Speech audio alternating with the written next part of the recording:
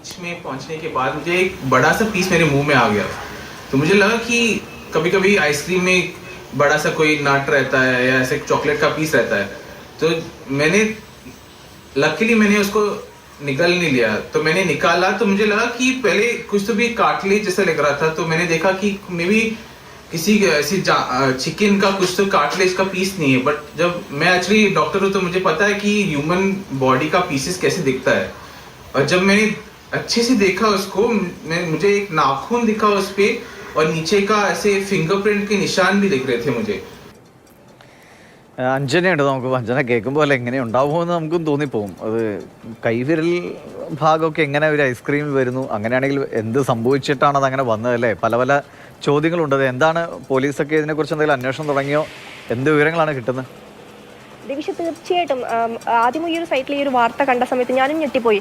എങ്ങനെയാണ് മനുഷ്യന്റെ ഒരു ഭാഗത്തിന്റെ ഒരു ശരീരത്തിന്റെ ഒരു ഭാഗമായിട്ടുള്ള വിരൽ എങ്ങനെ ഒരു ഐസ്ക്രീമിൽ വന്നെന്ന് ഞാനും ചിന്തിച്ചു പോയി. ശരിക്കും ഞെട്ടലായിരുന്നു. മുൻപൊക്കെ നമ്മൾ പല വാർത്തകളും കണ്ടിട്ടുണ്ട്. ഇതുപോലെ ഓൺലൈൻ വഴി ഓർഡർ ചെയ്ത ഭക്ഷണത്തിൽ പല വക സാധനങ്ങളും, ആണി, താക്കോല്, അതുപോലെ തന്നെ ചത്ത കോഴിയുടെ കൊക്കോട് കൂടിയുള്ള തല, പല വക സാധനങ്ങളും ഇതുപോലെ ഇത്തരത്തിൽ ഓൺലൈൻ വഴി വാങ്ങിയ ഫുഡിനകത്ത് നമ്മൾ കണ്ടിട്ടുണ്ട്. സ്റ്റേപ്ലർ പോലുള്ള വസ്തു കിട്ടിയ അനുഭവം എനിക്കും ഉണ്ട്. അപ്പോൾ അത്തരത്തിലാണ് ഈ ഒരു ഐസ്ക്രീമിൽ നിന്ന് വിരലിൻ്റെ ഒരു ഭാഗം കിട്ടിയ വാർത്ത വരുന്നത്. ഈ ഒരു സംഭവം ഉണ്ടായിരിക്കുന്നത് മഹാരാഷ്ട്രയിലെ മലാഡിലാണ് ഈ ഒരു സംഭവം ഉണ്ടായിരിക്കുന്നത്. ഒരു യുവ ഡോക്ടർ അദ്ദേഹത്തിൻ്റെ സഹോദരി ഓർഡർ ചെയ്ത ഒരു ഐസ്ക്രീമിൽ നിന്നാണ് ഇത്തരത്തിൽ വിരലിൻ്റെ ഭാഗം കിട്ടിയത്. 3 ഐസ്ക്രീം ആയിരുന്നു അവർ ഓർഡർ ചെയ്തിട്ടുണ്ടായിരുന്നത്. അതിൽ 3ാമത്തെ ഐസ്ക്രീമിൽ നിന്നാണ് ഇത്തരത്തിൽ വിരൽ കിട്ടിയത്. യുവ ഡോക്ടർ ഈ ഒരു ഐസ്ക്രീം കഴിച്ചു, പകുതിയിലേറെ കഴിച്ചു. അദ്ദേഹം ഈ ഒരു ഐസ്ക്രീം കഴിക്കുന്ന സമയത്തിൽ എന്തോ നാവിൽ തടയുന്ന പോലെ അദ്ദേഹത്തിന് തോന്നുകയാണ്.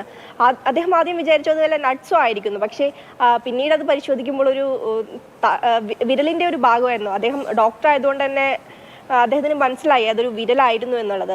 അതിൻ്റെ നെഗത്തിൻ്റെ ഒരു പോർഷനൊക്കെ വെച്ച് മനസ്സിലാക്കി നോക്കുമ്പോൾ അതൊരു തള്ളവിരലിനോടുള്ള സാമ്യമാണോ അതിനുണ്ടായിരുന്നതെന്നാണ് അദ്ദേഹം പറയുന്നത്.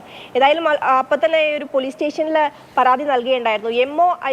എംഒ കമ്പനിയുടെ ഐസ്ക്രീം ആയിരുന്നു അവർ വാങ്ങിയിട്ടുണ്ടായിരുന്നത്. 3 ഐസ്ക്രീം ആ ഒരു കമ്പനിയുടെ തന്നെയായിരുന്നു. ഒരു പരാതി ലഭിച്ച ഉടൻ തന്നെ എംഒ കമ്പനിക്കെതിരെ പോലീസ്, മലാഡി പോലീസ് ഏതായാലും കേസ് എടുത്തിട്ടുണ്ട്. അന്വേഷിച്ച് കണ്ടെത്തട്ടെ. ഇനിയിപ്പോൾ വേറെ എന്തെങ്കിലും സിനിമ കഥകൾ പോലെയൊക്കെ തോന്നുന്ന രീതിയിലേക്കൊക്കെ കാര്യങ്ങൾ പോകുന്ന അറിയില്ല. എന്തായാലും അറിയട്ടെ. ഇതൊക്കെയാണ് ഐസ്ക്രീം കിട്ടുക പിന്നെ ആളുകൾ ഞെട്ടാതിരിക്കുന്നത് എങ്ങനെ. ശരി അഞ്ജന.